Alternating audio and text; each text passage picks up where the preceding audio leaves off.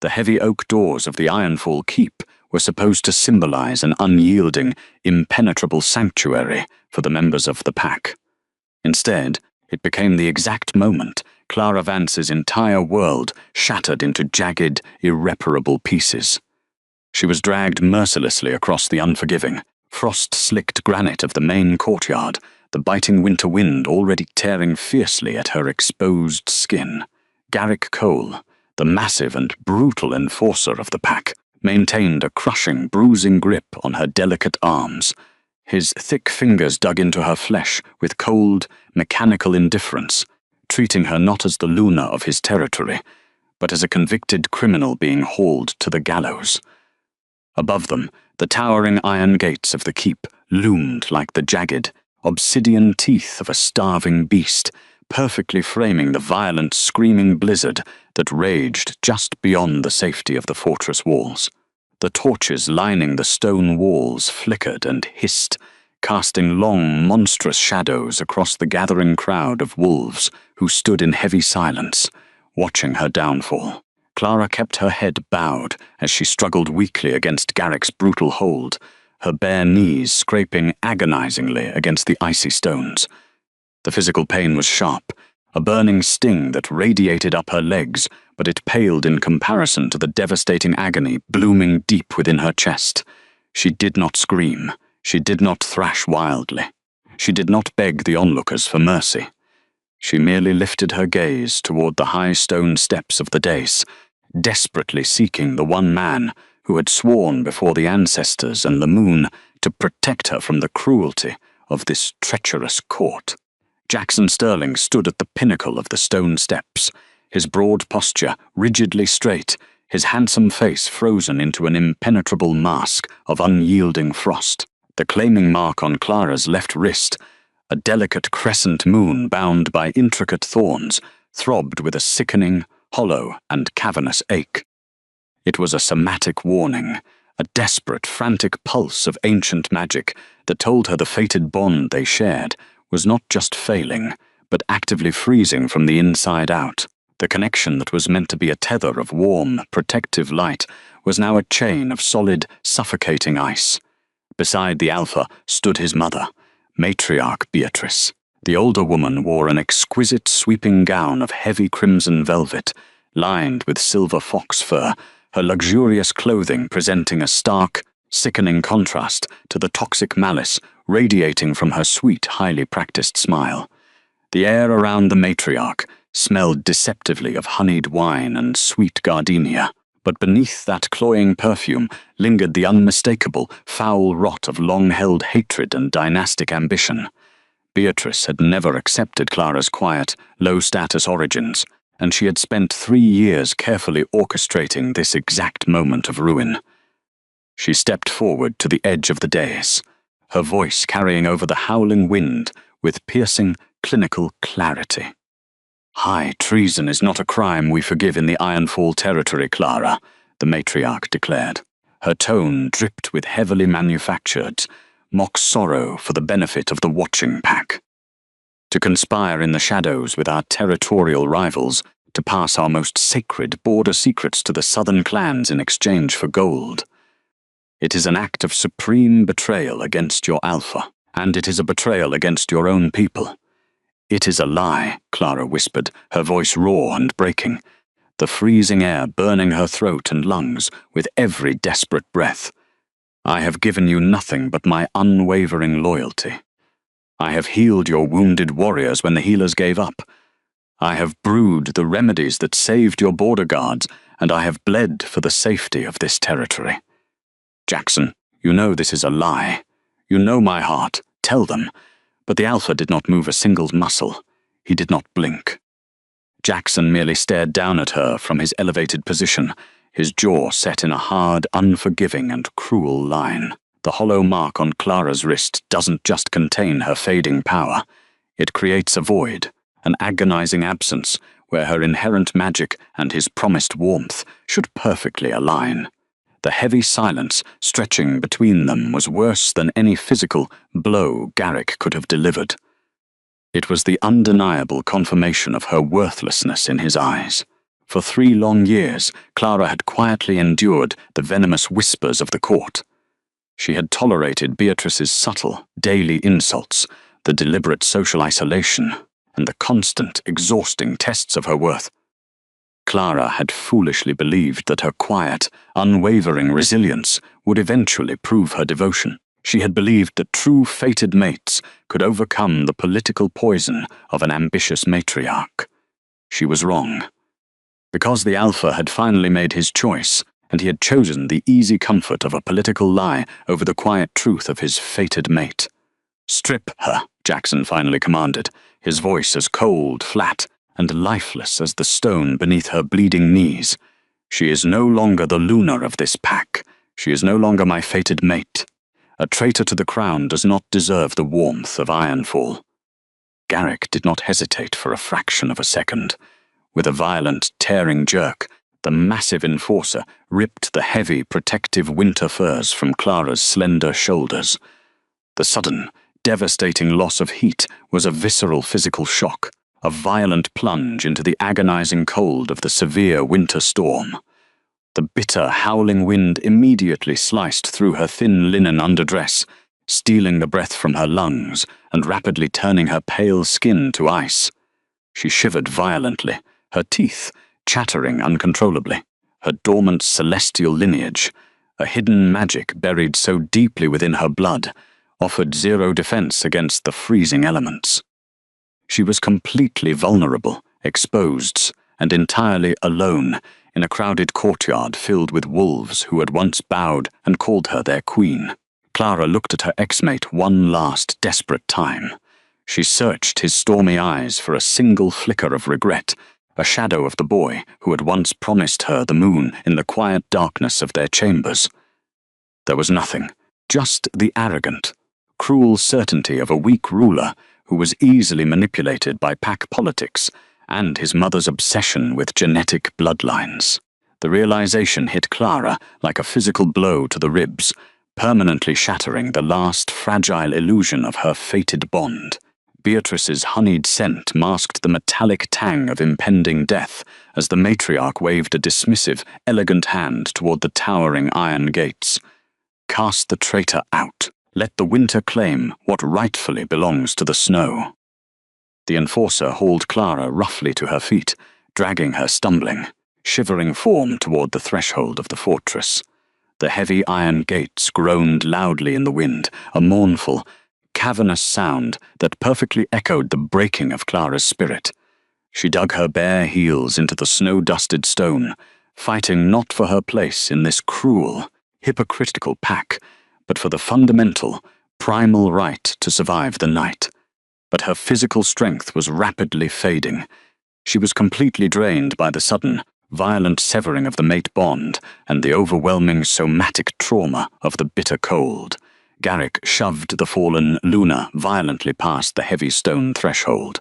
She stumbled forward, her bare knees, striking the frozen, unforgiving earth immediately outside the fortress walls. The blizzard instantly swallowed her, the blinding white snow swirling around her like a violent shroud of shattered glass. Behind her, Jackson stepped down from the dais, walking slowly and deliberately toward the massive entrance. He held the frost-iron crest key tightly in his gloved hand. It was a heavy black iron artifact of ancient design, traditionally used only to seal the keep during the most devastating, lethal winter sieges. Clara scrambled desperately to her feet, throwing her small amount of remaining weight against the thick wood as the heavy oak doors began to close on their massive iron hinges. The rough, untreated grain bit deeply into her bare palms, but she pushed with everything she had left in her freezing body. "Jackson, please!" she screamed, the roaring wind tearing the frantic words directly from her frozen lips. "You are sentencing me to a frozen death. The storm will kill me." He stood on the other side of the narrowing gap, his eyes entirely devoid of any lingering warmth or mercy. He did not look at her as a former mate, or even as a living, breathing creature deserving of basic compassion. He looked at her merely as a political problem that had finally been cleanly solved. Without a single word of hesitation, Without a flinch of regret, the Alpha pushed the doors completely shut. The deafening, cavernous boom of the timber meeting the solid stone frame echoed loudly through the howling storm, shaking the snow from the high parapets. Clara heard the unmistakable, heavy scrape of ancient metal. Jackson had slid the heavy iron relic deep into the ancient lock, the massive deadbolt engaged with a final, catastrophic click. The brutal finality of that sharp sound sent a fresh, sickening wave of pure terror crashing through Clara's veins. She was officially locked out, banished to the frozen, unforgiving wasteland of the northern borders, with no protective furs, no survival provisions, and zero hope of living to see the dawn. Pure, unadulterated desperation temporarily overrode her quiet, observant dignity. Clara slammed her bare fists frantically against the unyielding wood, the rough, splintered surface violently tearing at her delicate, freezing skin. She clawed at the unyielding barrier, her breaths coming in ragged, painful gasps that formed thick white clouds in the frigid air. The severe cold rapidly numbed her skin, her fingers, her face, but it could not touch the desolate wasteland spreading rapidly through her chest. Her fingertips split open from the friction, leaving bright, vivid streaks of crimson blood smeared across the stark white snow that clung stubbornly to the doors. The stark sensory contrast of her hot, bright blood against the freezing, pristine frost was the only remaining proof she was still alive. "Open the door," she sobbed, her voice growing steadily weaker, fading rapidly like a candle, running completely out of wax. But the massive fortress remained entirely silent. It had transformed into an impenetrable tomb of dark stone that had completely and utterly rejected her existence. The blizzard showed no mercy. The wind howled like a choir of angry, forgotten ghosts, whipping her silver hair violently across her face and driving sharp ice crystals deep into her thin linen dress. Her old claiming mark, once a vibrant symbol of her belonging and safety, turned entirely numb. It reduced itself to a patch of dead, frozen skin on her pale wrist. The physical, somatic severing of the fated bond was now complete. The agonizing, sharp pain in her chest was abruptly replaced by a terrifying, heavy, and lethargic weight. Her legs trembled uncontrollably, no longer able to support her own weight against the driving force of the gale. Clara staggered backward, slowly retreating from the bloody timber barrier. The snow was already knee-deep, pulling heavily at her bare feet with freezing, relentless hands.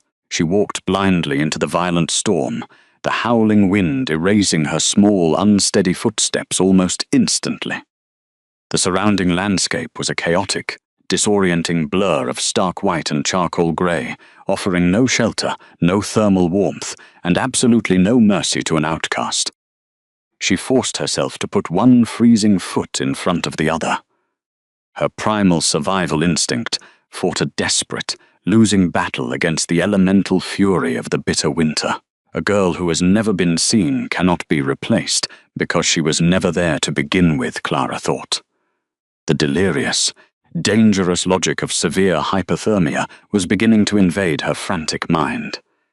She had spent 3 exhausting years making herself incredibly small, perfectly quiet, and endlessly useful to the arrogant members of the pack. She had naively believed that smallness was a gift. She had truly believed that if she just endured enough humiliation, she would eventually be loved and accepted. But she understood the truth now. Cruel tyrants do not kneel to speak to those they view as weak or low-born. Such villains merely cast them out into the dark to freeze, returning to their warm fires while the innocent perish. Her lungs burned fiercely with every shallow, ragged intake of the freezing air. The world around her began to tilt violently, the sharp edges of her vision rapidly darkening to a cavernous, deep obsidian black. She stumbled forward into a massive, towering snowdrift at the base of an ancient, sprawling pine tree. The thick, evergreen branches offered an incredibly meager shield from the relentlessly falling snow, but the lethal cold had already seeped deeply into the very marrow of her fragile bones. Clara collapsed heavily, her exhausted body sinking deep into the freezing, powdery white drift. She curled into a tight, trembling ball, desperately trying to preserve whatever fragile, fading warmth remained in her dying core. Her bloody, frost-bitten hands were clutched tightly to her chest. The crimson stain stood out vividly against her pale, freezing skin like a macabre painting. The silence of the deep forest was absolute, save for the rhythmic, mournful howling of the winter wind moving through the frozen pines. Clara slowly closed her heavy eyes, the sharp, biting pain of the cold gradually fading away. It was replaced by a strange, peaceful and deadly numbness. She was dying, and the pack that was supposed to honor and protect her was likely celebrating her demise behind their warm, securely locked gates. But as the very last, fragile spark of her consciousness began to fade into the dark void, the violent storm seemed to inexplicably shift. The wind abruptly changed direction, carrying a startling new scent through the freezing, bitter air. It was a heavy, intoxicating scent of deep pine, burning cedar, and raw, ancient, untamed power. Through her half-lidded, freezing eyes, Clara saw the dense blizzard physically part, as if the storm itself was bowing to a superior force. A massive, terrifying shadow detached itself smoothly from the dark tree line. It was an enormous, imposing shape, moving with a silent, predatory, and majestic grace through the deep, treacherous drifts. The shadow drew steadily closer, slowly revealing the form of a colossal black wolf. Its incredibly thick fur seemed to absorb the dim, scattered light of the winter moon. The beast radiated a massive, undeniable wave of ambient thermal heat, pushing back the biting frost. And as Clara took what she believed was her final, rattling breath, a pair of burning, molten gold eyes locked entirely onto her broken, abandoned form in the snow. The colossal beast did not hesitate. The crunch of deep, heavy paws against the icy crust echoed through the frozen stillness, deliberate and powerful. As the black wolf closed the distance to the base of the ancient pine, the raw elemental magic vibrating in the air grew thick, humming with a deep territorial resonance. Then, with a seamless, fluid motion that defied the howling gale, the beast shifted. Bone cracked and reformed, dark fur melting into pale, heavily scarred skin as a towering male figure rose from the swirling white drifts. It was Alpha King Thorn Blackwood, commander of the Sovereign Peaks, a ruler whose mere name struck terror into the hearts of corrupt warlords across the territories. He was a man forged from the brutal elements of the high mountains, his broad, formidable chest rising and falling with heavy, ragged breaths. But as Thorn fell to his knees in the deep snow beside her, there was no cruelty in his molten gold eyes. There was only a profound, earth-shattering devastation as he took in the sight of her battered, bleeding body. "No," Thorn whispered, his deep voice cracking, the raw sound easily cutting through the violent howling of the blizzard. "No, no, no." He reached out with large, calloused hands, his movements incredibly gentle, terrified that even the slightest pressure might shatter her fragile bones. The stark sensory contrast between them was agonizing. Thorn's skin radiated the fierce, blinding heat of a summer sun, while Clara's pale flesh was frost-cold, tinged with the deadly blue hue of severe hypothermia. When his fingertips grazed her frozen cheek, Clara did not flinch. She was too deeply buried in the lethargic void, her pulse barely a thready, fading flutter against her throat. Thorn's gaze dropped to her left wrist, taking in the hollowed, dead skin where a vibrant claiming mark should have rested. The scent of her fresh blood spilled over the unyielding iron gates of the keep, coated the freezing air.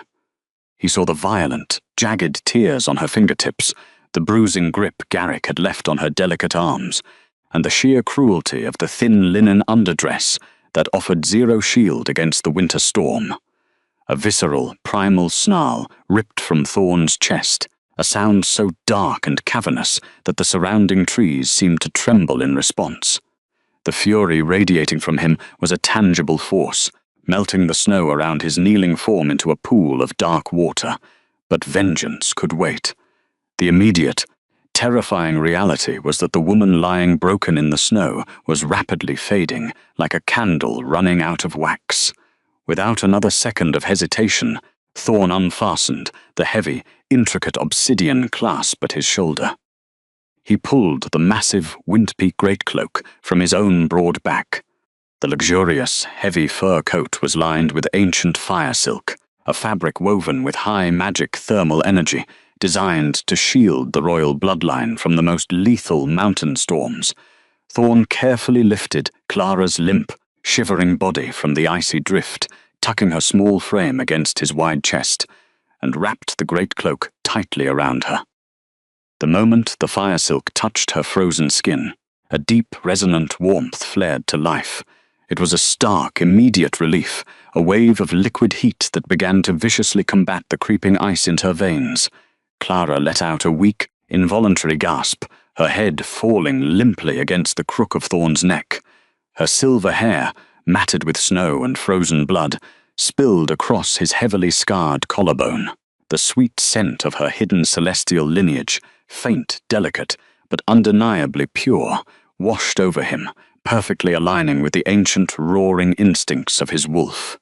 "I have you," Thorn murmured against her icy temple, his voice a low, rumbling vibration that sent a shockwave of protective warmth straight into the hollow void of her chest. "You are safe now.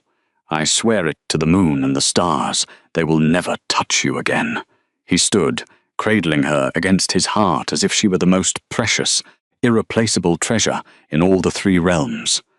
The raw power of the Alpha King shielded her completely. He did not care about the brutal winds tearing at his own exposed skin. He did not feel the biting sting of the ice crystals lashing against his face. His entire universe had abruptly narrowed down to the faint, fragile heartbeat fluttering against his chest. "Because when I saw you lying there, broken and abandoned, something in me roared that I had to save you, even if saving you destroys me." Thorn tightened his protective hold, his jaw setting into a hard, dangerous line as he cast one final, murderous glare over his shoulder toward the towering locked doors of the northern fortress. Jackson Sterling and matriarch Beatrice had thrown away a goddess, treating her as worthless currency. They had locked her out to die. "Thank you for letting me go," the silence of the forest seemed to whisper on Clara's behalf. Because being let go had allowed her to be found by a better man, a better kingdom, a better life, and she would never, ever look back. Thorn turned his back on the treacherous fortress and began the long trek toward the borders of his own territory. The blizzard, which had been a violent, screaming weapon meant to execute her, seemed to instantly part before the Alpha King. The winds died down to a respectful, quiet hush, clearing a safe path through the dark, cavernous woods. With every powerful stride Thorn took, the distance between Clara and her abusers grew, while the protective, searing heat of the Winter Peak greatcloak slowly began to thaw the deep frost in her bones. She remained unconscious, drifting in a dark, silent space between life and death. But for the very first time in 3 exhausting years, Clara Vance was not shivering. She was held. She was anchored by a man who would gladly burn the entire world to ash just to keep her warm. As Thorn carried her away into the deep night, destined for the restorative fires of the obsidian hearth at the Peak Citadel, the agonizing ache of her shattered past slowly gave way to the faint, golden promise of dawn. The blinding blizzard continued to rage behind them, a violent curtain of white that permanently sealed off the treacherous borders of her former pack. The furious winds sought to bury the sins of her former pack beneath layers of freezing ice, but in the protective shadow of the Alpha King, the storm was completely powerless. Thorn Blackwood moved with a terrifying singular focus through the deep drifts. His massive legs drove through the heavy snow with relentless, machine-like precision. He did not feel the agonizing bite of the sub-zero temperatures against his exposed, heavily scarred chest. The raw, untamed elemental fire running through his sovereign veins kept his core burning like a subterranean forge. He continuously channeled this searing heat, directly into the thick winter peak greatcloak wrapped tightly around Clara Vance. She weighed almost nothing in his arms. The horrifying lightness of her fragile frame sent a fresh, visceral wave of murderous fury crashing through Thorne's mind. For 3 years, matriarch Beatrice and her cruel son had systematically starved this remarkable woman of affection, respect, and basic sustenance. They had treated her as a disposable asset, a quiet servant to be discarded the moment she outlived her political usefulness. Jackson Sterling had believed she was nothing but a broken, defenseless outcast. He was wrong, because the Alpha King had finally discovered the truth, and he was coming for what was his. At the edge of the dense housing forest, his royal escort awaited. A massive, heavily muscled war steed, bred specifically for the lethal, vertical climbs of the high mountains, stomped its heavy iron-shod hooves anxiously in the snow. The beast let out a low, rumbling snort as its master emerged from the dark tree line. It immediately sensed the raw, volatile danger radiating from the sovereign ruler. Without breaking his fluid, purposeful stride, Thorne swung smoothly into the high leather saddle. He never once loosened his fiercely protective grip on the unconscious woman in his arms. He tucked Clara securely against his broad chest, arranging the heavy folds of the massive fur coat to entirely shield her from the biting wind. The fire silk lining of the garment pulsed with a faint, golden luminescence, actively fighting back the deep, deadly frost that had seeped into her bones. Her silver hair, previously matted with ice and frozen blood, now rested softly against his collarbone, slowly thawing as it absorbed his tremendous body heat. Thorne spurred the war steed forward. The powerful animal launched into a brutal, ground-eating gallop, tearing through the treacherous, snow-choked mountain pass with absolute, unyielding certainty. The path upward was a perilous, winding trail carved directly into the jagged face of the cliff. To their left, a sheer, terrifying drop vanished into a cavernous black abyss, while to their right, massive glaciers hung precariously over the stone edge. The violent blizzard screamed against the rock walls, actively trying to push them off the ledge, but his ancient magic acted as an impenetrable shield. He projected his volcanic warmth outward, forming a shimmering, golden dome of heat that instantly melted the falling snow into harmless mist before it could even touch them. The raw, elemental display of power required an immense physical toll, yet Thorne did not waver. He simply held her tighter, anchoring her completely against the violent turbulence of the ascent. Deep within the dark, silent void of her unconscious mind, the outcast Luna was still desperately fighting a losing battle against the ice.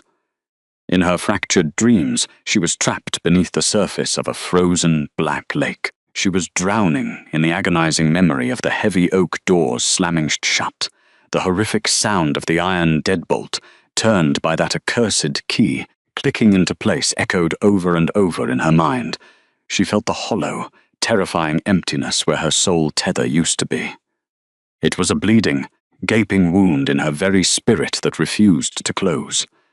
But just as she surrendered to the crushing, freezing depths, a sudden, blinding pillar of golden light pierced the dark water.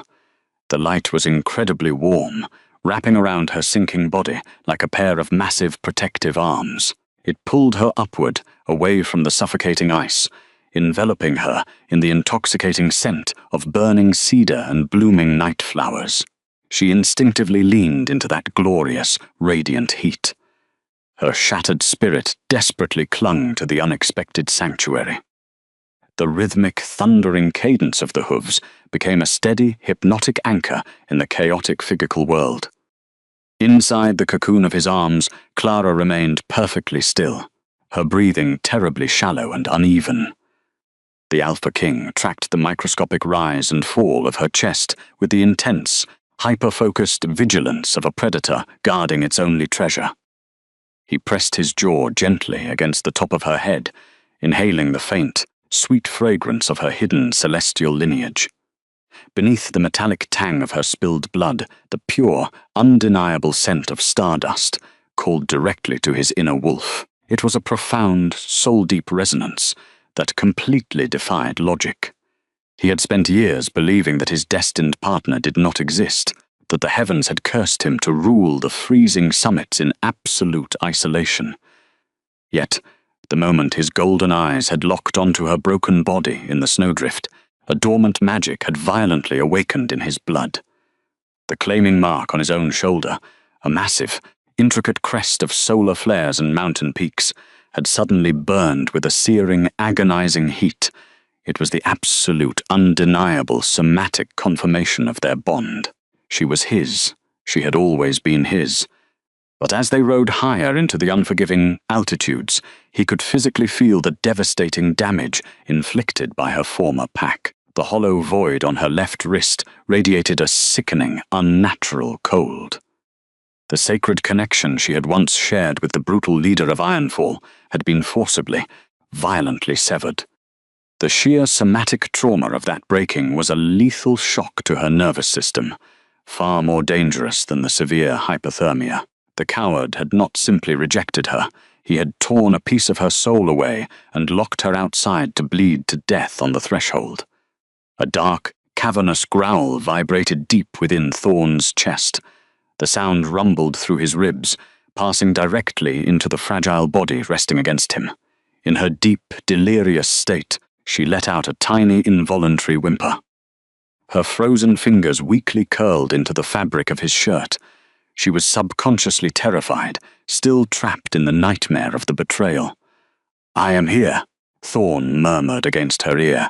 His deep voice dropped to a soft, incredibly gentle register that his ruthless generals had never, ever heard.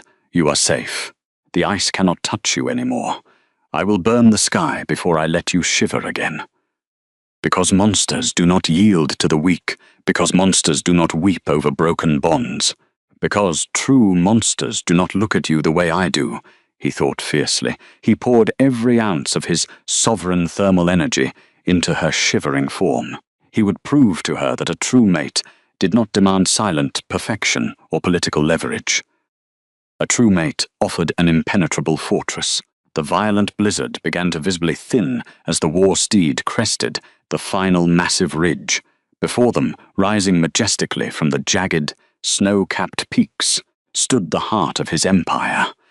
The peak citadel was a breathtaking architectural marvel, entirely carved from ancient, seamless black stone by the first kings of the high mountains. Towering obsidian spires pierced the heavy winter clouds. They glowed with a faint, internal volcanic heat that kept the surrounding courtyards entirely free of snow. A heavily fortified stone bridge spanned a dizzying, fog-filled chasm, leading directly to the primary gates. Colossal statues of ancestral wolves, carved from solid granite, flanked the entrance. Their stone eyes seemed to track the returning ruler with silent, majestic reverence. Massive iron-wrought braziers burned brightly along the high parapets, casting a warm, welcoming golden light across the treacherous mountain paths. Unlike the dark, oppressive, and hostile architecture of the keep she had just been banished from, this stronghold radiated absolute sanctuary. It was a place designed not to lock innocents out in the cold, but to shield the vulnerable from the horrors of the world. As the thundering hooves echoed against the steep canyon walls, the massive iron-bound gates of the citadel began to slowly grind open. The guards on the watchtowers had spotted their leader approaching from miles away. Horns blew, a deep, resonant sound that signaled his return, but Thorn did not slow his desperate pace. He rode directly through the towering entrance. The war steed's hooves clattered loudly against the smooth, heated basalt of the main courtyard. The inner fortress was a hive of sudden chaotic activity. Elite warriors, court officials, and seasoned commanders rushed forward to greet him, but they all froze in absolute stunned silence the moment they saw what he carried. Their terrifying, blood-soaked sovereign, a man who routinely decimated rival armies without a single flinch, was carefully cradling a fragile, half-dead woman against his chest. His molten gold eyes swept over the shocked crowd, blazing with a lethal, unyielding warning. "Summon the healers," he roared, his voice shaking the heavy glass of the high windows. "Bring them to my private chambers immediately. If she stops breathing, I will hold this entire mountain responsible." The absolute panic in his command sent the courtyard into an instant frenzy. Messengers sprinted down the long illuminated corridors, shouting for medical supplies and thermal blankets. Thorn did not wait for his guards to assist him. He slid gracefully from the saddle, moving with a terrifying speed that defied his massive bulk. He carried her effortlessly up the grand, sweeping staircase. His heavy boots left a faint trail of melted snow and her crimson blood across the pristine, polished stone floors. No woman lasted a night with him, they had whispered. They believed their fierce ruler would forever remain alone, too intense and dangerous for any delicate Luna to survive. But one woman did. One woman lasted a lifetime. Because the sleeping woman in his arms was not just a fragile Omega.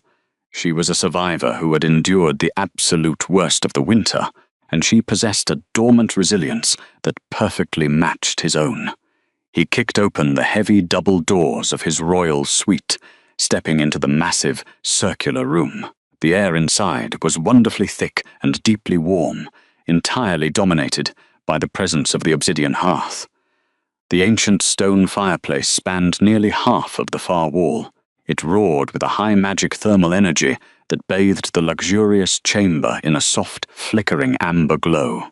The rich scent of burning cedar and sweet spices instantly filled his lungs. It was a sharp, comforting contrast to the metallic tang of death that had clung to her in the forest. He moved directly to the massive, silk-draped bed in the center of the room. With painstaking, agonizing gentleness, Thorn lowered Clara onto the thick velvet mattress. He immediately pulled away the damp, ruined remnants of her thin linen underdress. He refused to let the freezing fabric touch her recovering skin for a second longer. He wrapped her tightly in the thick, dry furs from his own bed, piling the heavy layers over her shivering, bruised form. The royal healing team burst into the chamber moments later, carrying wooden trays piled high with steaming herbal poultices, silver basins of hot water, and glowing vials of restorative elixirs. The lead healer, an older woman with kind eyes and steady, capable hands, immediately rushed to the bedside. She was accompanied by 3 apprentices who quickly began sorting the medical supplies. "Prepare the golden marrow root," the lead healer ordered sharply, her seasoned gaze instantly evaluating the crisis, "and boil the sun-blessed arnica. We need high-grade thermal extraction to combat this level of tissue necrosis." She gasped softly as she took in the horrific state of the patient. The delicate face was completely devoid of color, the lips tinged with a frightening shade of blue. The tips of her fingers were a ruined, bloody mess from clawing frantically at the unyielding timber of the Ironfall gates.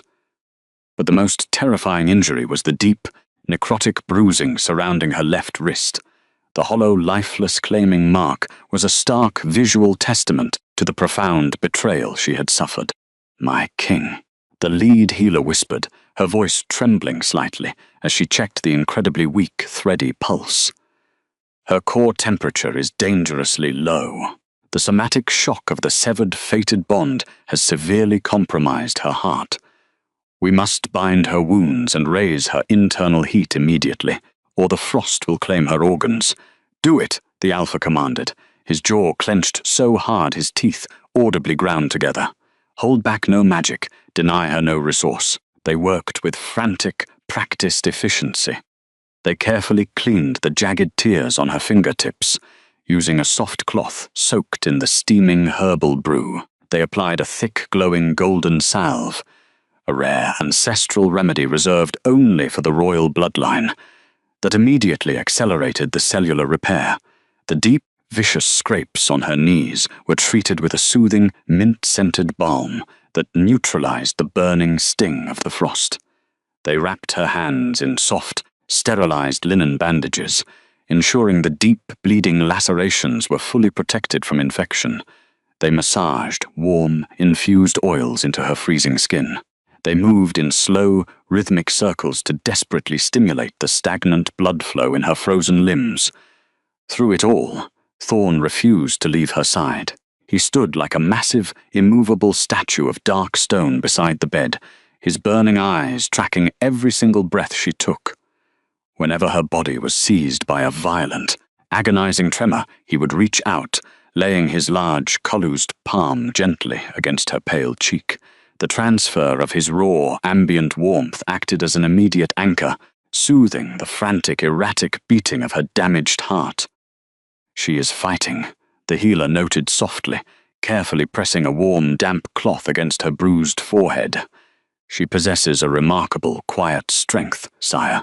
Most would have perished within an hour of that bond being shattered. But she held on." "She held on because she is a queen," Thorn replied flatly, his voice echoing with an absolute, unshakable certainty. "She just didn't know it yet." As the chaotic hours of the deep night slowly dragged on, the intense medical intervention gradually began to take effect. The terrifying blue hue finally faded from her lips, replaced by a very faint, natural flush of pink. Her breathing, which had been dangerously shallow and ragged, settled into a slow, steady, and rhythmic cadence. The immediate, lethal threat of the extreme hypothermia had been successfully defeated. It was driven back by the combined power of the medicinal magic and his unyielding thermal aura. The healers eventually bowed and quietly retreated from the chamber, leaving the sovereign entirely alone with his sleeping, battered mate. The heavy silence of the room was broken only by the crackle of the blazing thermal fire and the soft sound of the winter storm raging harmlessly against the thick glass of the high windows. Thorn slowly sank into the heavy armchair positioned directly beside the mattress. He reached out, incredibly careful not to disturb the fresh bandages, and gently took her small hand in his own. His thumb lightly stroked her knuckles, offering a silent, continuous stream of protective heat. As the terrifying frost finally retreated from her fragile skin, the rising, sweet fragrance of stardust slowly blossomed, mingling perfectly with the rich, burning cedar from the hearth to signal her stabilizing life force. He stared at her peaceful, sleeping face, committing every delicate feature to his memory. He memorized the elegant curve of her jaw, the long sweep of her silver eyelashes, and the profound, quiet resilience etched into the lines of her brow. His mind drifted back to the horrific scene at the border. He pictured Garrick Cole's brutal grip on her delicate arms. He remembered the toxic, honeyed scent of matriarch Beatrice's lies, twisting the truth to preserve her own pathetic dynastic power.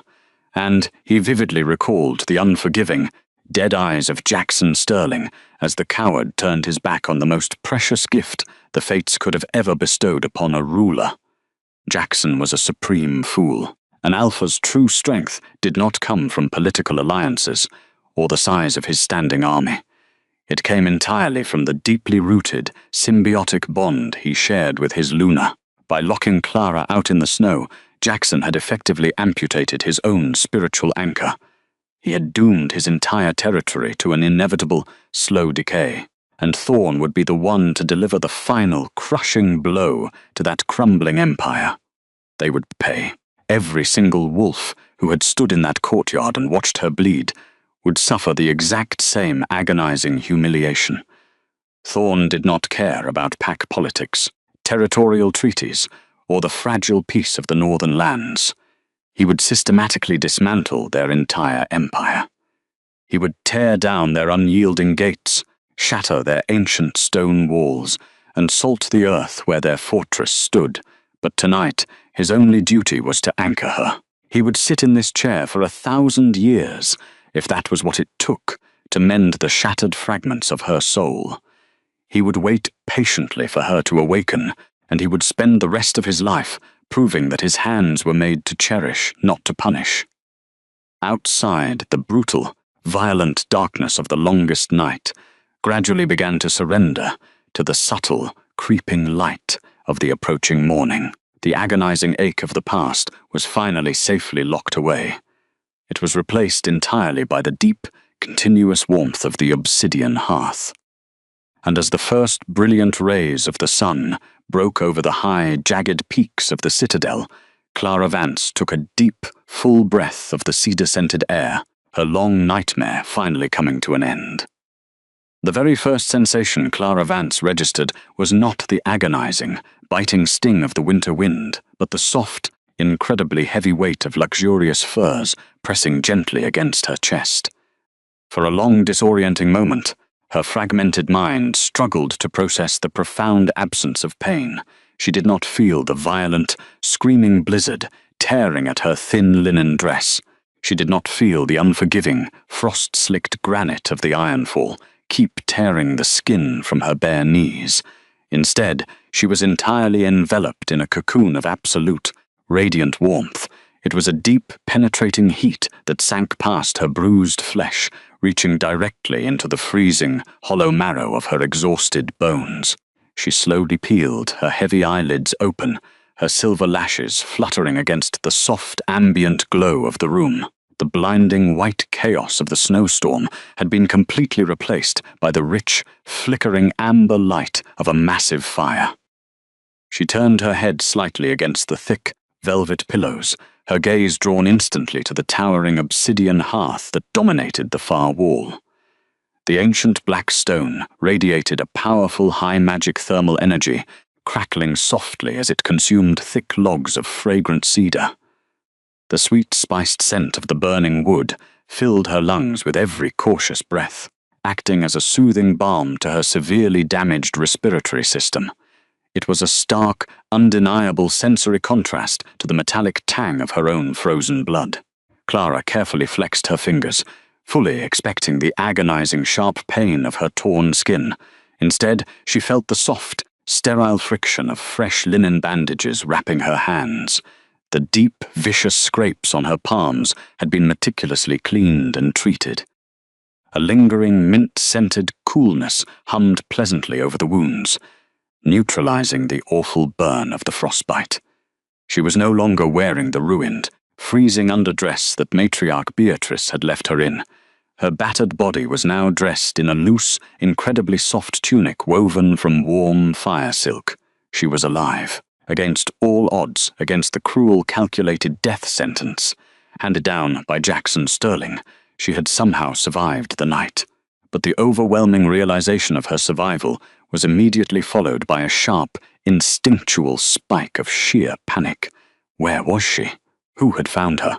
Before the terror could fully take root in her chest, a deep, resonant voice broke the heavy silence of the chamber. "You are safe." Clara gasped softly, her wide, stormy eyes darting toward the source of the sound.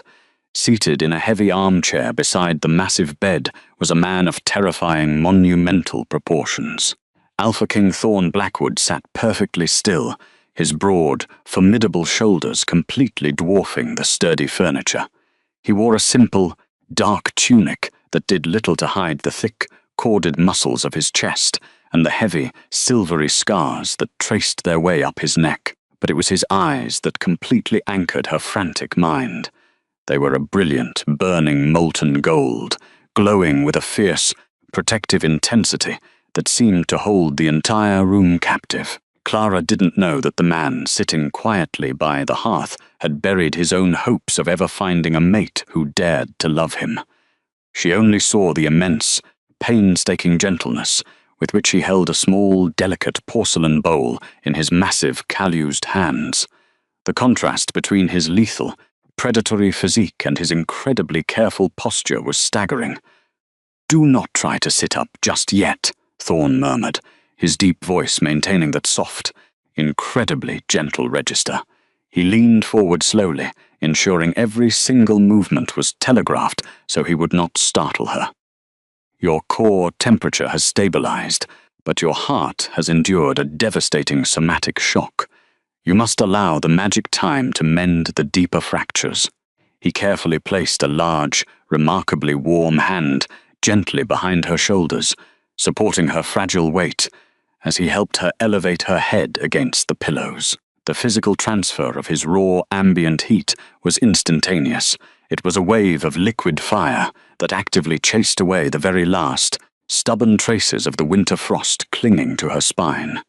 Clara let out a shaky, involuntary breath, her tense muscles instinctively relaxing into his unyielding support. "Where?" Her voice was a hoarse, raspy whisper, barely audible over the crackle of the hearth. Her throat felt raw, completely shredded by the freezing wind she had inhaled. "You are in the Peak Citadel," Thorn answered steadily, his golden eyes never leaving her pale face. "You are in my private chambers, far away from the borders of the Ironfall territory. The blizzard cannot reach you here, and neither can they." He brought the porcelain bowl closer, the rich, savory aroma of warm, herb-infused broth immediately filling the space between them. Clara's stomach cramped violently, a sudden, desperate reminder of the systematic starvation she had endured over the past 3 years. The cruel matriarch had always ensured the Luna's portions were meager, framing it as a necessary discipline for a woman of low-status origins. Thorn did not hand her the bowl. He knew her bandaged, trembling hands lacked the necessary strength to hold it. Instead, he lifted a small silver spoon, blowing gently on the steaming liquid before bringing it to her dry, cracked lips. Clara hesitated for a fraction of a second. She was entirely unaccustomed to being served. In her former life, she had been the one pouring the honeyed wine, brewing the bitter remedies, and silently sweeping the cold granite floors while the court completely ignored her existence. To have the most feared sovereign in the 3 realms patiently feeding her was a profound, almost terrifying paradigm shift. "Drink," he coaxed softly, his gaze entirely devoid of pity, reflecting only a fierce, unwavering devotion. "The golden marrow root in the broth will actively rebuild your depleted strength. You need to eat, little one." She parted her lips, allowing the warm liquid to slide down her raw throat. The physical sensation was purely glorious. The broth was rich and deeply nourishing, carrying the potent thermal magic of the ancestral herbs directly into her bloodstream. It bloomed in her stomach like a miniature sun, sending ripples of restorative heat outward to her freezing extremities. Thorn fed her with slow, methodical patience. He waited for her to swallow completely before offering the next spoonful. He did not rush her. He did not demand gratitude. He simply anchored her in the present moment, offering his continuous protective heat. With every spoonful she consumed, the agonizing, cavernous ache in her chest began to shift. The hollow void on her left wrist, the dead, frozen patch of skin where Jackson's claiming mark used to be, started to physically react to Thorn's proximity. The necrotic, blue bruising that had surrounded the severed bond began to actively flake away, dissolving into the air like fine grey ash. Clara looked down at her arm in sheer disbelief. The delicate crescent moon, bound by intricate thorns, the symbol of a toxic, one-sided devotion that had nearly killed her, was completely crumbling. The devastating cold that had anchored the broken bond was being entirely eradicated by the overwhelming, searing warmth radiating from the Alpha King. The old bond was not just broken, it was being systematically purged from her very cellular structure. She watched as the last, stubborn fragment of the dark ink faded into nothingness, leaving behind completely smooth, unblemished, pale skin. The somatic relief was so profound, so intensely liberating, that a sudden, hot tear slipped from the corner of her eye, tracing a warm path down her cheek. The heavy, suffocating chain that had bound her to a cowardly boy and his manipulative mother was permanently gone. She was entirely free. Thorn immediately set the porcelain bowl aside on a small wooden table. He reached out with terrifying speed, yet his touch was impossibly light as he caught the falling tear with the pad of his rough thumb. The searing heat of his skin against her cheek sent a sudden, startling jolt of electricity straight down to her toes. "He is gone from your blood," Thorn stated, his voice ringing with absolute, sovereign finality. "The ice has been completely burned away. He will never, ever have the power to make you feel cold again." Clara stared into his molten gold eyes, her breath catching in her throat. The sheer, unadulterated sincerity in his gaze was overwhelming. She had spent years making herself incredibly small, perfectly quiet, and endlessly useful, desperately trying to earn a fraction of this kind of unwavering certainty. She had believed that if she just endured enough humiliation, the fated bond would eventually provide her with safety. But true safety did not require her to shrink. True safety looked exactly like the massive, towering beast sitting beside her, who possessed the power to shatter mountains but chose to gently wipe away her tears instead. "Why?" she whispered, her voice trembling slightly as she searched his fiercely handsome face for the catch. In her experience, there was always a catch. Power was always transactional. "Why did you save me? Why bring me here?" Thorn did not answer immediately. The silence in the luxurious chamber stretched out, heavy and deeply charged, broken only by the rhythmic crackle of the obsidian hearth. He withdrew his hand from her cheek, but he did not pull away completely. Instead, he leaned forward, resting his heavy forearms on his knees, effectively trapping her in his intense gravitational pull. The ambient temperature in the room seemed to rise several degrees, the air growing thick with raw, ancient magic. "I was patrolling the southern border," Thorn finally began, his voice dropping an octave, vibrating with a dark, cavernous resonance. The blizzard was lethal, the kind of storm that freezes a lesser wolf's lungs before they can even draw a breath. I had no reason to venture so close to the Ironfall gates. My generals had advised against it, but something pulled me through the dark. He looked down at his own massive, scarred hands, a muscle feathering rapidly along his strong jawline. "I smelled your blood on the wind. It was faint, completely buried beneath the sharp scent of the ice and the rot of that cursed fortress. But the moment it hit my senses, my inner wolf nearly tore my mind apart. I ran through the deep drifts until my muscles burned, and then I found you." Thorn slowly lifted his gaze back to hers, the molten gold in his irises swirling with a dangerous, barely contained emotion. "Because when I saw you lying there, broken and abandoned, something in me roared that I had to save you, even if saving you destroys me. I saw the hollow mark on your wrist. I saw the absolute cruelty of a pack that would lock a fragile woman out to freeze." He reached up to the collar of his dark tunic, his large fingers grasping the heavy fabric. With a swift, decisive motion, he pulled the collar aside, exposing the massive, heavily muscled expanse of his left shoulder. Clara gasped, her eyes widening in absolute shock. Branded deeply into the sun-warmed, golden skin of his shoulder was a massive, intricate crest. It depicted violent solar flares rising over jagged mountain peaks. But it was not a dormant, static tattoo. The claiming mark was actively burning. It pulsed with a brilliant, searing golden light, radiating a tangible, powerful wave of thermal energy that washed over her face. "The moment I touched your frozen skin," Thorn confessed, his voice thick with a raw, desperate vulnerability that completely shattered his terrifying reputation, this mark erupted into flames. It burned with a heat so intense it dropped me to my knees in the snow. The fated bond did not ask for my permission. It did not care about territorial treaties or political alliances. It simply recognized the other half of my soul. Clara's heart hammered frantically against her ribs. The sheer magnitude of his confession was staggering. Fated mate bonds were sacred, ancient connections woven directly by the moon goddess, but to experience a secondary, overriding bond after a primary rejection was virtually unheard of in their modern history. It was a legend whispered only in the oldest, forgotten texts of the celestial lineages. "You," Clara stammered, her mind struggling to process the overwhelming reality. "You are my true mate. I am your sovereign, your shield, and your mate." Thorn corrected her fiercely, leaning closer until she could feel the heat of his breath against her lips.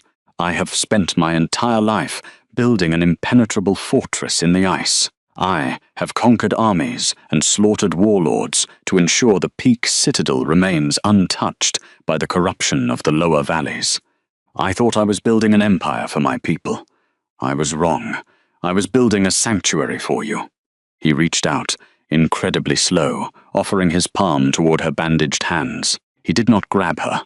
He did not force the contact. He explicitly yielded his absolute royal authority, presenting her with a profound, terrifying choice. "I know what Jackson Sterling did to you," Thorne murmured, his eyes shining with unshed, agonizing emotion. "I know he used his authority as a weapon to strip away your dignity. I will never do that to you, Clara. I do not demand your immediate trust. I do not demand your submission. I only ask that you allow me to keep you warm. I only ask that you let me prove that a true mate is a partner, not a warden." Clara stared at his open, collused hand.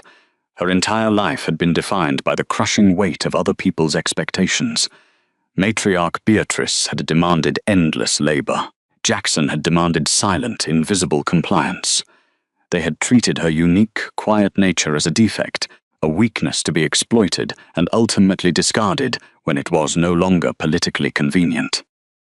But as she looked at Thorne Blackwood, the terrifying Alpha King who had literally carried her out of a frozen grave, she saw no demands. She saw only a desperate, profound offering of absolute safety. Slowly, with a trembling breath, Clara lifted her bandaged hand. The moment her bruised fingers rested against his wide, burning palm, the dormant celestial lineage buried deep within her blood violently awakened. A faint ethereal shimmer of silver stardust instantly materialized in the thick air between them. The delicate, glowing particles swirled beautifully, perfectly mingling with the radiant, golden, thermal aura projecting from his skin. The stark, sensory contrast of her cool, lunar magic meeting his fierce, solar fire created a sudden, breathtaking harmonic resonance that vibrated deeply into the stone walls of the citadel. Thorne let out a ragged, cavernous groan, his heavy eyelids fluttering shut as he absorbed the pure, unadulterated rush of her celestial energy. The agonizing, empty void in his own soul, a deeply buried loneliness he had carried for decades, was instantly filled to the brim with her quiet, enduring light. He carefully curled his strong fingers around her hand, pressing her bandaged knuckles reverently against his lips. "My queen," he whispered against her skin, the title carrying the full, devastating weight of his absolute devotion. The emotional dam inside Clara, finally, completely broke. The exhausting, heavy armor of silent martyrdom she had worn for 3 years shattered into a million pieces. She did not sob uncontrollably, but the tears flowed freely, a silent, cleansing release of all the humiliation, the terror, and the agonizing cold she had suffered. She was finally safe. She was sitting in the heart of an impenetrable mountain fortress, anchored by a man who would gladly tear the sky down to protect her. Thorne immediately shifted onto the edge of the mattress, gathering her fragile, shivering form into his massive arms. He pulled her against his broad chest, tucking her head securely beneath his chin. He completely enveloped her in his searing heat and the intoxicating, spicy scent of cedar. Clara buried her face in the soft fabric of his tunic, her small hands clutching desperately at his broad back. She breathed him in, letting the steady, thundering rhythm of his powerful heart synchronize perfectly with her own. "Let it go," Thorne murmured, his large hand gently stroking the long silver strands of her hair. "You never have to be small again, Clara. You never have to hide your light in the shadows of an Ironfall courtyard. Here you will shine, and anyone who dares to look away will be blinded." She didn't know how long they sat there, wrapped in the quiet, profound intimacy of the luxurious chamber. The violent blizzard continued to rage furiously outside the thick glass windows, but its terrifying howl was completely drowned out by the gentle, crackling warmth of the obsidian hearth. For the first time in her entire existence, Clara Vance did not have to fight to prove she was worthy of taking up space. She was exactly where the universe had always intended her to be, and as she finally drifted back into a deep, restorative sleep, no longer plagued by nightmares of closing doors and freezing snow, but anchored entirely by the protective fire of her true mate, she knew, with absolute certainty that the reign of the Ironfall Keep was coming to a brutal end. Jackson Sterling had foolishly thrown away a quiet, unassuming girl. He had absolutely no idea he had just handed a supreme celestial weapon directly to his most dangerous, ruthless enemy. 14 days had passed since the violent, screaming blizzard had desperately tried to claim Clara Vance for the frozen earth. In the impenetrable heart of the Peak Citadel, time seemed to operate on an entirely different, deeply restorative axis. The luxurious royal suite had become a pristine sanctuary of absolute safety, entirely shielded from the bitter, unforgiving elements of the high mountain ranges. The towering obsidian hearth burned continuously, its high magic thermal energy filling the cavernous chamber with the rich, intoxicating scent of spiced cedar, ancient pine, and melting snow. It was an environment designed meticulously for healing, radiating a constant, protective warmth that slowly and systematically purged the lingering trauma of the Ironfall Keep from her exhausted bones. Every breath she took felt like inhaling spun sunlight, driving the memories of the crushing frost further away.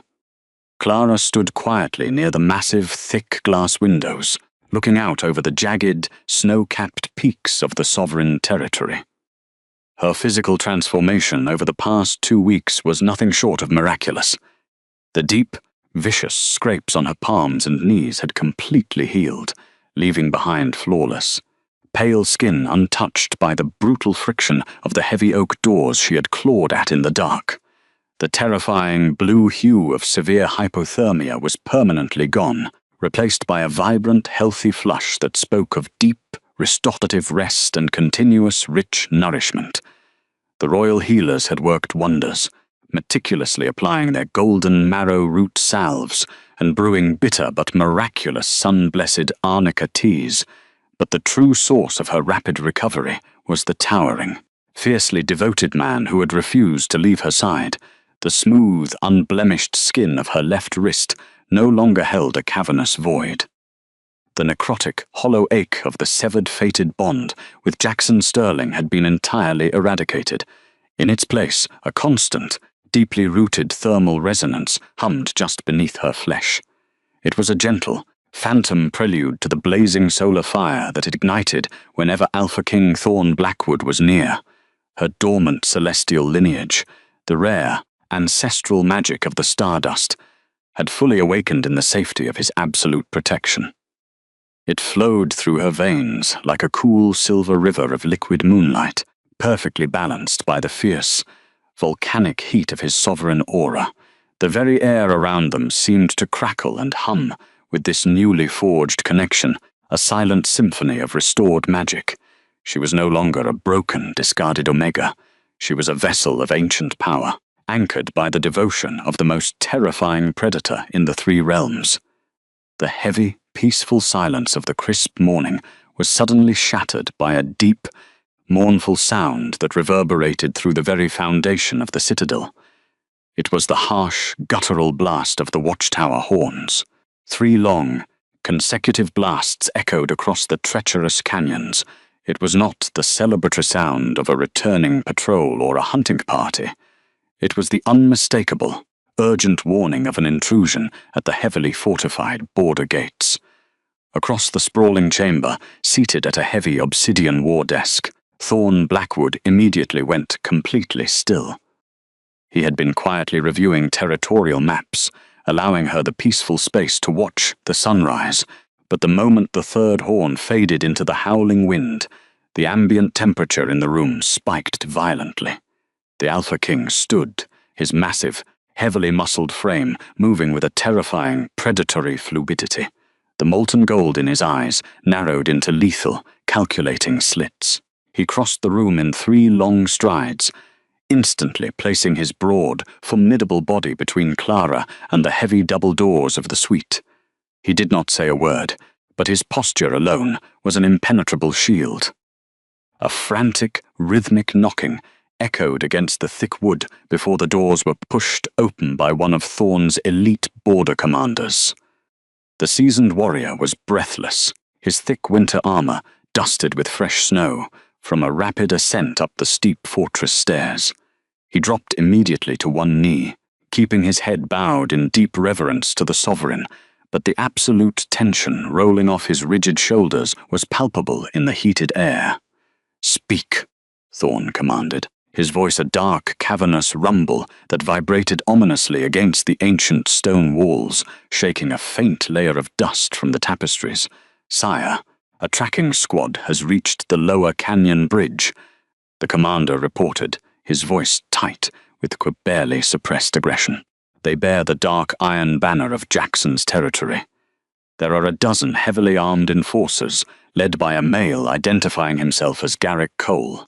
They are demanding an immediate audience with the crown." Clara's breath hitched sharply in her throat, the sound loud in the quiet room. The sudden, agonizing mention of that name was a visceral, electrical shock to her nervous system. For a single terrifying fraction of a second, the phantom sensation of Garrick's brutal, bruising grip on her delicate arms flared in her memory.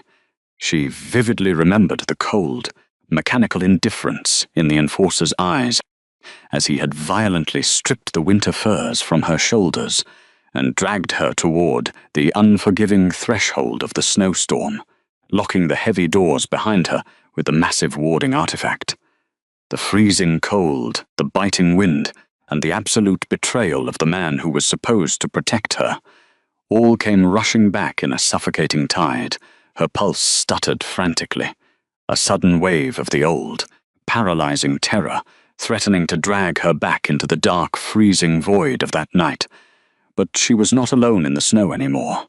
Thorn was instantly there, crossing the remaining distance between them before her next uneven breath. He did not speak a word of hollow comfort. He simply reached out with his large, calloused hands and firmly gripped her waist, pulling her back against his solid, broad chest. The searing heat of his sovereign solar flare mark radiated through his dark tunic, transferring directly into her trembling spine. The physical, somatic grounding of his protective aura instantly vaporized the creeping ice of her panic, replacing it with a profound, unshakable sense of security. "What exactly does this Ironfall dog demand?" Thorn asked, his tone dropping into a dangerously quiet, silken register that caused the kneeling commander to visibly swallow hard. The ambient heat in the room flared hotter, the flames in the obsidian hearth leaping higher as if fueled by his simmering wrath. "He carries a formal edict from Alpha Jacksons, Sterling and Matriarch Beatrice." "Sire," the commander replied, resolutely refusing to look up from the floorboards. "They claim that the woman known as Clara Vance is a convicted traitor to their crown. They state that she unlawfully survived her execution by exile, and they demand that the Peak Citadel hand her over immediately to face justice, lest we be accused of harboring an enemy of the Northern Territories." A profound, suffocating silence descended upon the royal suite. The absolute audacity of the demand hung in the air like a foul, toxic gas. Jackson Sterling, the cowardly boy who had locked his fated mate outside to freeze to death to appease his manipulative mother, now dared to send his brutal enforcers into the high mountains to reclaim the very treasure he had thrown away. He had likely realized that the sudden, catastrophic failure of the Ironfall crops and the sudden weakness in his border wards were directly tied to the violent severing of his Luna's celestial magic. Their lands were bleeding out, succumbing to the natural rot of their own cruelty, and they wanted their silent, useful martyr back to heal their self-inflicted wounds. They were weak, desperate, and entirely devoid of the true power that sustained the ancient bloodlines of the wolves. Thorn let out a low, vibrating snarl that shook the heavy glass in the massive window panes. The sheer, unadulterated fury radiating from the Alpha King was a tangible, crushing force that pushed the air out of the room. He did not yell. He did not lose his regal composure. His rage was far more terrifying than a blind tantrum. It was the cold, calculated wrath of a sovereign who had just been handed the perfect, undeniable excuse to crush a rival kingdom into the dirt. "They send a dog to demand a goddess from a king," Thorn murmured, his golden eyes burning with a lethal, unyielding promise of retribution. He looked down at Clara, his large hands gently soothing the tense muscles along her ribcage, his touch a deliberate contrast to his violent words. He explicitly yielded his authority to her emotional state, prioritizing her comfort over his immediate instinct to obliterate the trespassers. I will go down to the bridge and eliminate this enforcer where he stands. You do not have to look at him. You can remain here by the fire, where it is completely safe. You never have to see their faces again. Clara leaned back into his immense warmth, absorbing the steady, thundering rhythm of his powerful heart. For 3 exhausting years, Matriarch Beatrice had constantly belittled her. "We are small things in a world of teeth," the cruel woman had whispered into her ear. "Smallness is a gift. Use it to remain invisible." But Clara was no longer invisible. She was no longer the fragile, silent victim who kept her head bowed while arrogant nobles decided her fate. She was the celestial anchor to the most powerful sovereign in the realms, and the silver stardust humming in her veins demanded to be seen. Her magic pulsed, bright and undeniable, a physical rejection of the silence that had once bound her. "No," Clara said softly, her voice steady and entirely devoid of fear. She turned within the circle of his arms, looking directly up into his blazing golden eyes. "They need to know that I am not hiding. They need to see exactly what they threw away, and they need to understand exactly whose territory they are threatening. Because monsters do not yield their absolute authority to the demands of weak men. Because monsters do not wait patiently for a fractured soul to heal without expecting greatness in return. Because monsters do not look at me the way you do," she thought fiercely. Thorn's expression softened infinitesimally, a profound wave of fierce, unshakable pride washing over his heavily scarred features. He did not argue. He did not try to shield her from the conflict she was willingly stepping into. He released her waist, reaching instead for the massive Winter Peak greatcloak draped over the heavy wooden chair near the hearth. He wrapped the luxurious, heavy fur coat around her shoulders, carefully fastening the intricate obsidian clasp at her delicate collarbone. The fire silk lining instantly recognized her magical signature, pulsing with a faint, golden luminescence that enveloped her in an impenetrable shield of thermal heat. It was no longer just a desperate survival tool used to pull her from a frozen grave. It was a sovereign mantle, a heavy, undeniable declaration of her royal status within the Peak Citadel. She pulled the thick fur collar higher against her neck, embracing the weight of it.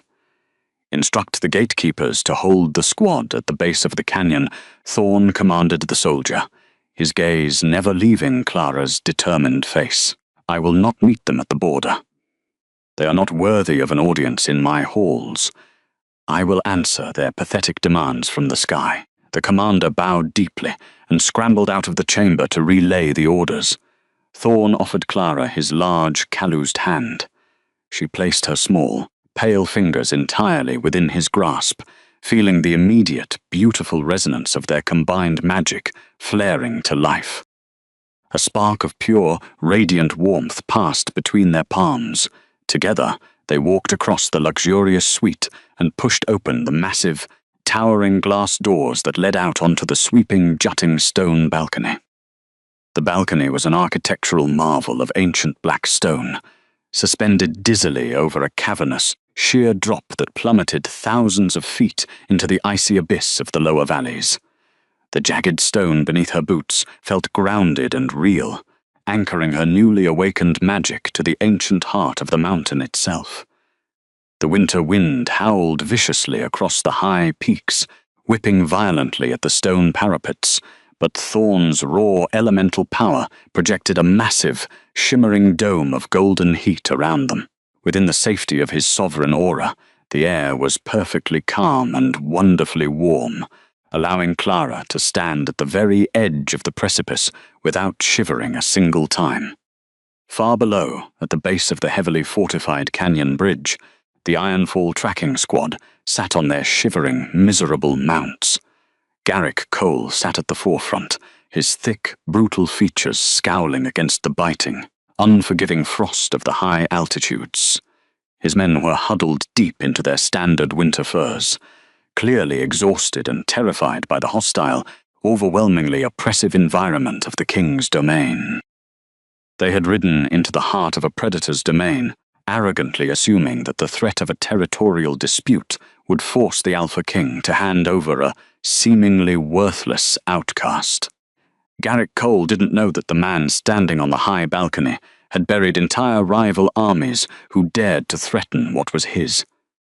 The enforcer was a small, cruel bully who only understood the fragile, politically manipulated power of Jackson Sterling and the toxic scheming of matriarch Beatrice. He possessed absolutely no comprehension of the ancient earth-shattering magic that flowed through the true, unfiltered bloodline of the Mountain Kings.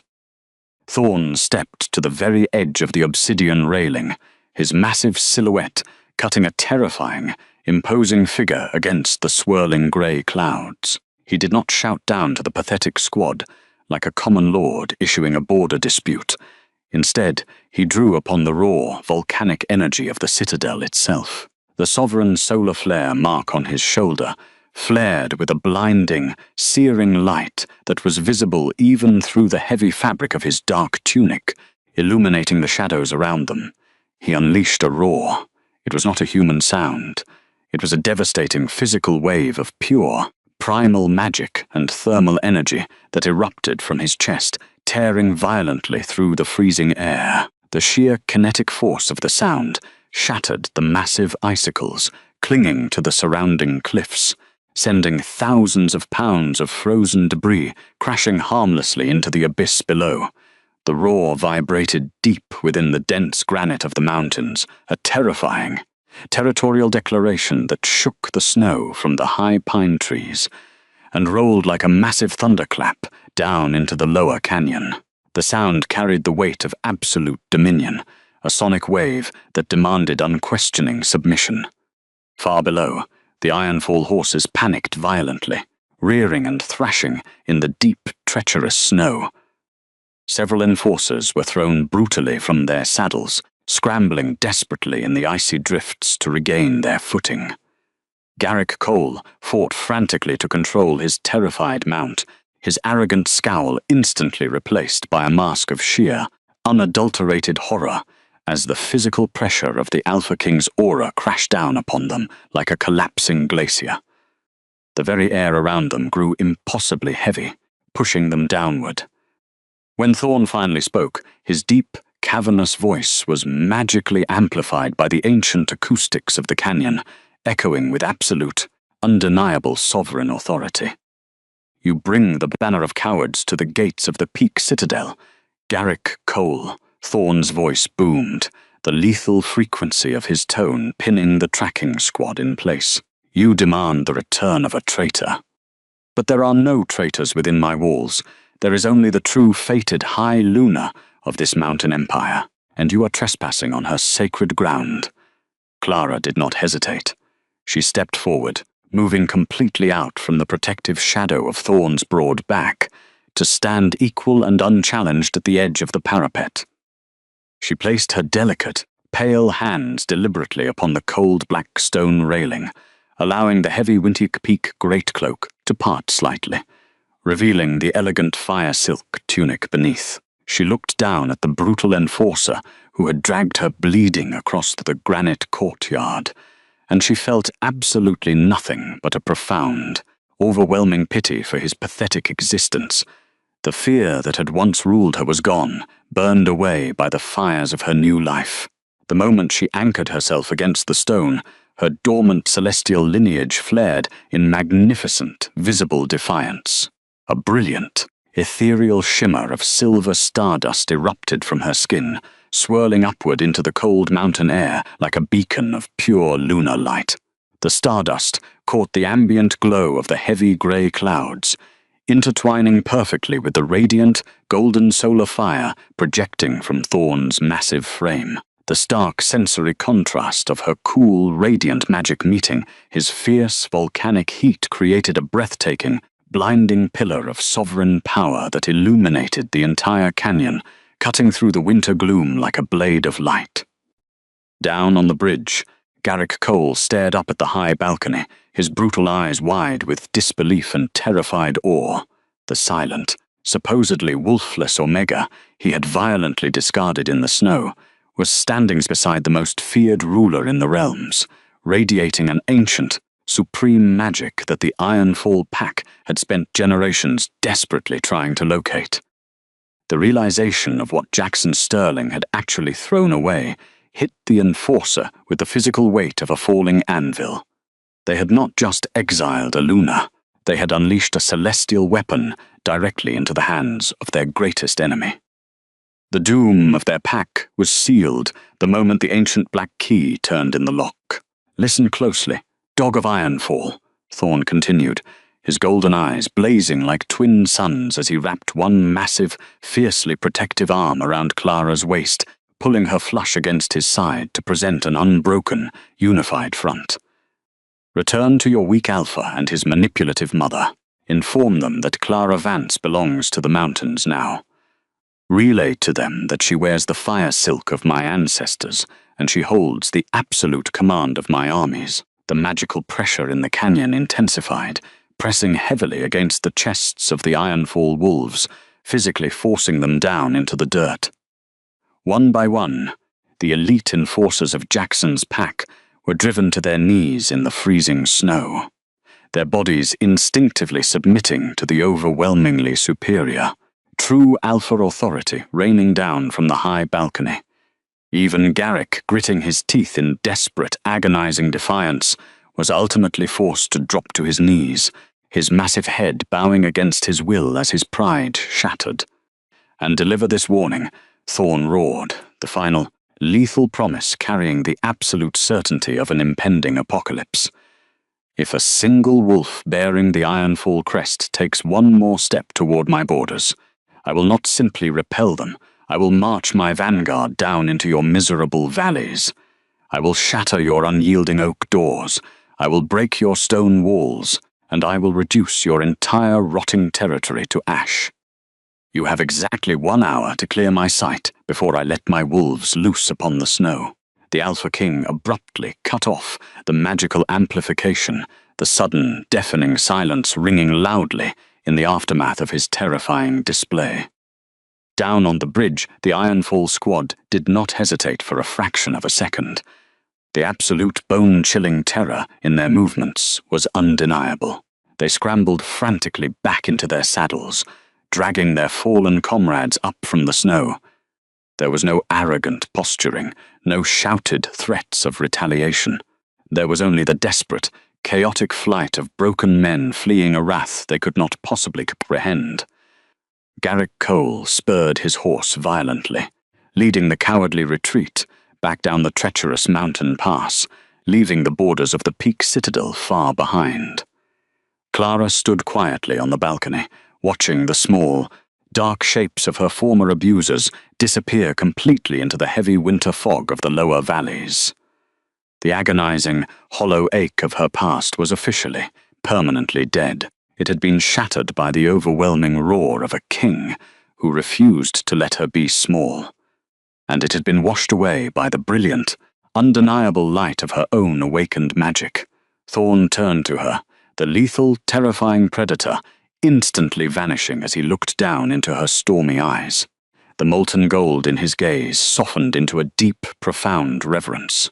He lifted his large, calloused hand, gently brushing a stray lock of silver hair away from her cheek, his touch as light and careful as if he were handling spun glass.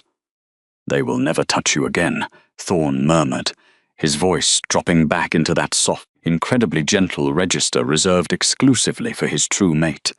"The Ironfall Keep is a dying relic, Clara, and soon we will ensure that it never poses a threat to anyone ever again."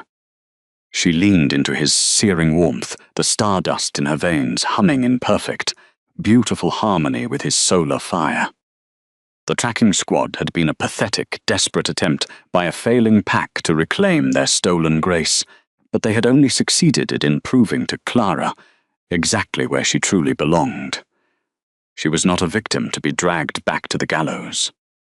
She was the High Luna of the Sovereign Peaks, and as she looked up at the towering, fiercely devoted monster who held her safely against the brutal winter sky, she knew with absolute certainty that she was finally ready for war.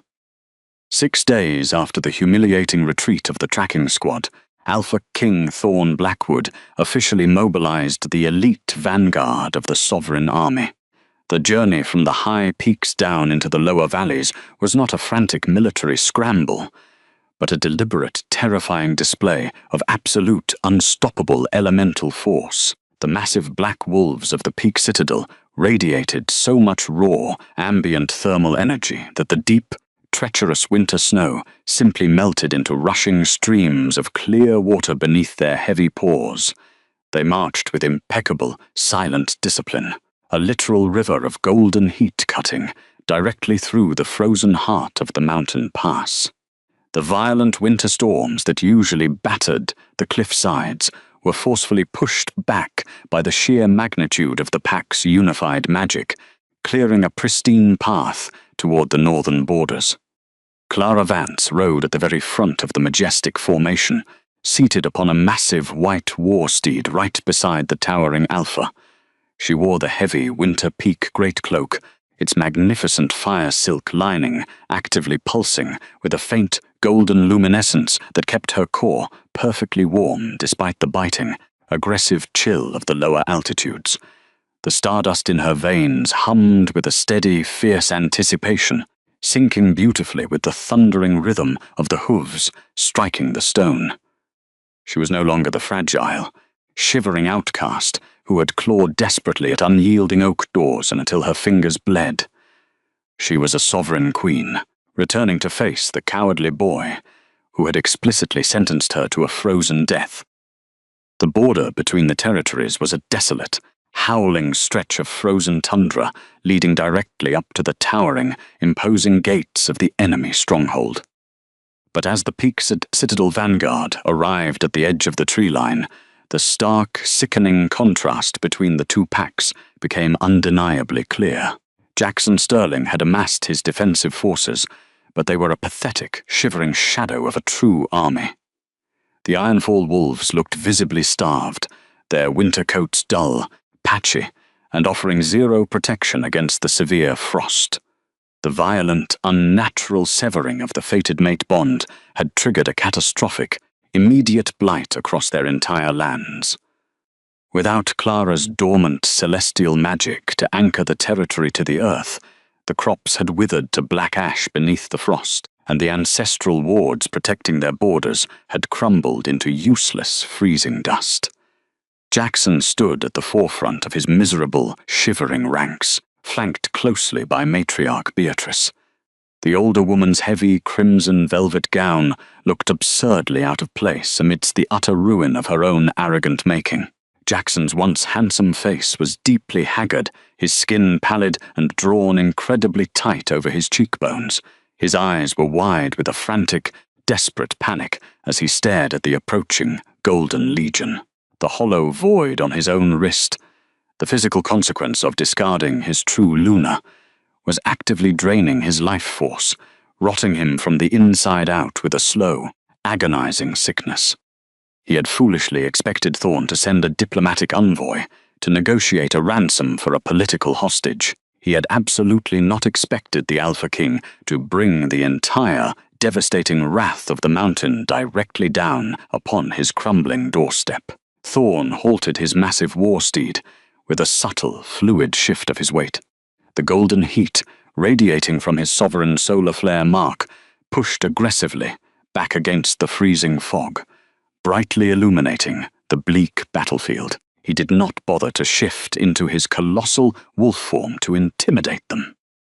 He simply sat in the heavy leather saddle, an immovable mountain of dark stone, projecting an overwhelming aura of absolute dominance that physically forced the front lines of the Ironfall wolves to lower their heads in instinctual, terrified submission. The ambient temperature around the vanguard rose dramatically, melting the frost from the dead grass and replacing the scent of decay with the rich, intoxicating fragrance of burning cedar. "Thorn Blackwood!"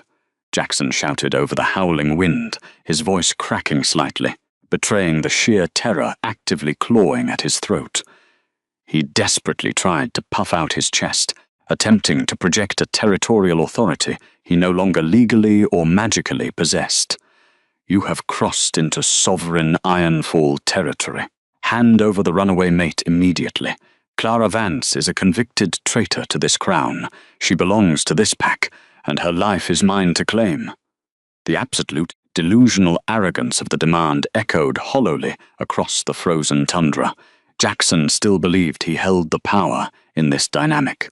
He still believed the woman he had banished was nothing more than a disposable asset, a piece of political property to be traded, punished, and retrieved at his pathetic whim. He was entirely blind to the supreme magic radiating from the army standing before him, his vision clouded by years of toxic entitlement. Thorn did not answer the broken boy. He did not dignify the outrageous demand with a single syllable of response. Instead, the Alpha King turned his massive head toward the woman riding beside him, his molten gold eyes softening into a deep, profound reverence. He offered her a single, silent nod, explicitly yielding the floor entirely to her. This was not his vengeance to claim. It was hers to execute, and he would stand as her impenetrable shield while she delivered the final blow. Clara guided her white mount a few paces forward, stepping completely out from the protective shadow of Thorn's broad back. She reached up with delicate, steady hands and pulled back the heavy fur hood of her great cloak. Her silver hair cascaded down her shoulders like a river of liquid moonlight, glowing with a faint ethereal luminescence that defied the heavy grey clouds above. A collective, awestruck gasp rippled rapidly through the freezing Ironfall ranks. The silent, supposedly wolfless Omega they had mocked, isolated and violently discarded, had returned as a radiant, celestial goddess. Jackson's jaw dropped, his sunken eyes locking onto her face in sheer, unadulterated shock. He took a stumbling, uncoordinated step forward, his arrogant facade instantly crumbling into a pathetic display of desperate yearning. He could physically feel the agonizing, empty void in his own chest, pulling frantically toward her, instinctively recognizing the lost connection. Seeing her alive, glowing with a supreme, ancient magic he had never bothered to notice or nurture, completely shattered his fragile mind. The realization of what he had truly lost hit him with the devastating force of a physical blow. "Clara," Jackson breathed, his voice trembling with a sickening mixture of toxic regret and inherent entitlement. "You survived the blizzard. Come back to me. We can fix this misunderstanding. I can forgive the treason, and my mother will accept you. You are my Luna. You are my fated mate." Clara looked down at the cruel, easily manipulated man who had used the cold iron implement to lock her out in the deadly storm. She did not feel a single ounce of anger. She did not feel sorrow or lingering resentment. She felt absolutely nothing but a profound, overwhelming pity for his smallness. The paralyzing fear that had once ruled her every waking moment was completely gone, burned away entirely by the searing, protective heat of the true sovereign waiting patiently behind her. "I am not your Luna," Clara stated, her voice carrying across the freezing wind with crystal clear, ringing authority. She slowly raised her left hand, allowing the heavy fire silk sleeve of Tutkunik to fall back and expose her skin to the bitter air. Branded deeply into the smooth, pale skin of her wrist was a magnificent, glowing queen's mark. It was an intricate, breathtaking fusion of celestial stardust and solar flares, burning with a brilliant, golden-silver light that actively pushed back the winter gloom. The claiming mark pulsed with raw ancient power, completely eradicating the dark, necrotic patch of dead skin that Jackson's rejection had originally left behind. It was the undeniable physical proof that she had been claimed by a far superior sovereign, bound by a magic so pure and absolute it made the Ironfall wolves drop to their knees in the snow out of sheer reverence. "The bond you broke is dead, Jackson," the celestial queen continued, her tone perfectly steady and entirely devoid of mercy. "You stripped me of my winter furs. You locked me out in the snow to freeze without a single flinch of regret. You listened to the toxic, honeyed whispers of matriarch Beatrice and threw away the very magic that kept your territory alive.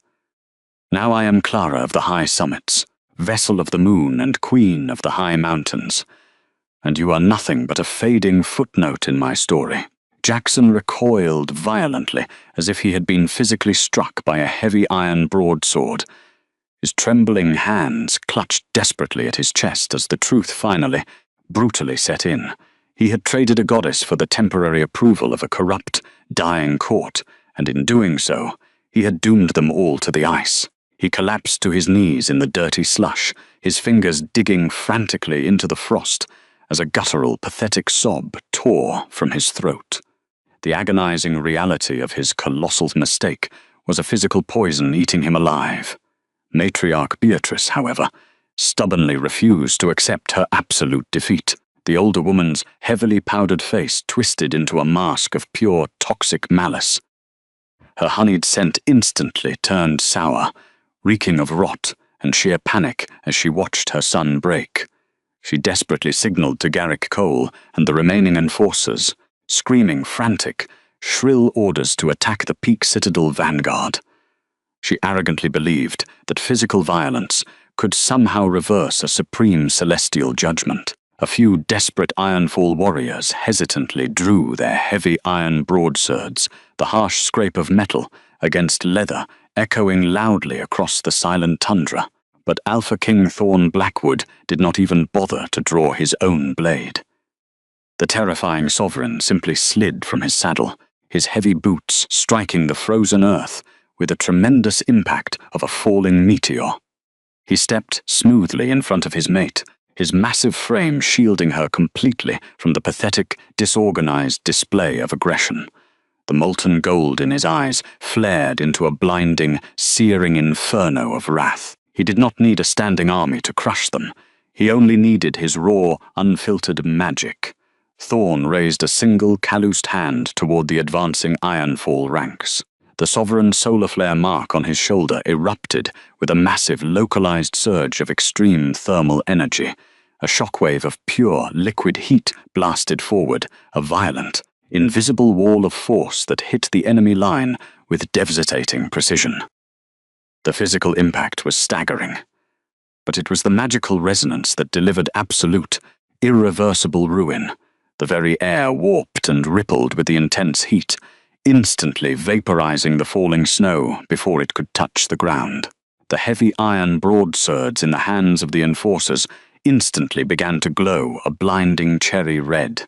The thick metal hissed, bubbled, and warped under the sheer, unimaginable intensity of the Alpha's thermal magic. Garrick screamed in agony, dropping his rapidly melting weapon into the snow, where the slag hissed and sent thick clouds of white steam into the freezing air. Within a matter of seconds, every single blade, spear, and iron shield carried by the rival pack was completely shattered or melted into useless, smoking puddles. The crude weapons they had intended to use to reclaim a goddess were reduced to liquid ash. But Thorn was not finished. He did not simply want to break their bodies. He intended to permanently shatter their political pride. He turned his back on the weeping Jackson and signaled sharply to the royal escort waiting behind the vanguard. He would not wait to return to the obsidian fortress to finalize his absolute victory.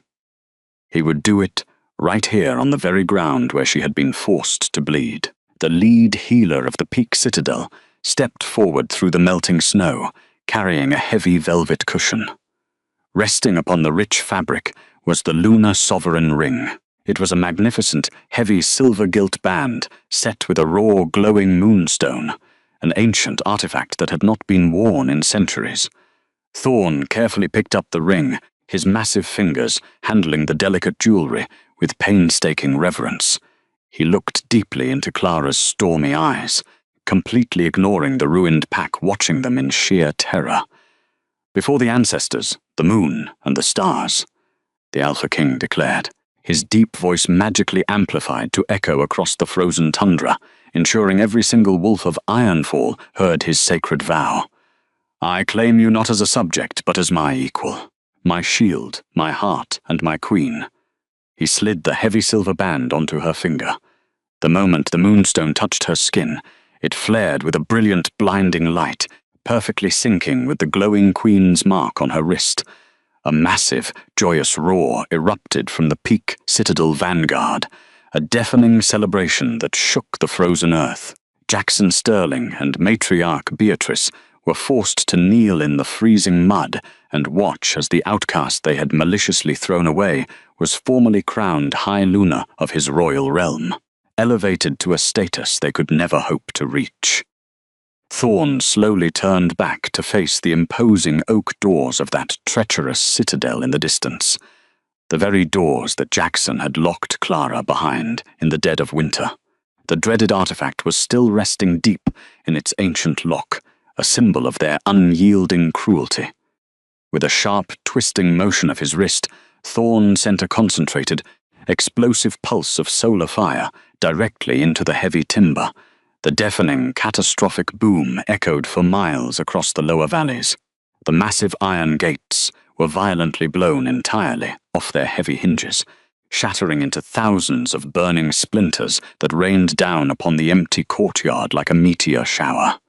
The impenetrable fortress was torn wide open, its dark, hostile halls permanently exposed to the brutal winter winds. The black metal key instantly melted into liquid black iron, dripping uselessly into the snow. The physical destruction of the gates was the ultimate poetic retribution. They would never again lock an innocent soul out in the cold, because they no longer possessed a sanctuary to defend. Your pack is broken. Thorn's voice boomed over the chaos and the weeping, delivering the final, indisputable judgment. Your lands will rot, your walls will crumble, and history will entirely forget your names. This territory is now a wasteland. Run, Jackson Sterling. Run into the snow you love so much, and pray you never cross my path again. The absolute, unquestionable dominance of the Alpha King broke whatever fragile spirit remained in the Ironfall wolves.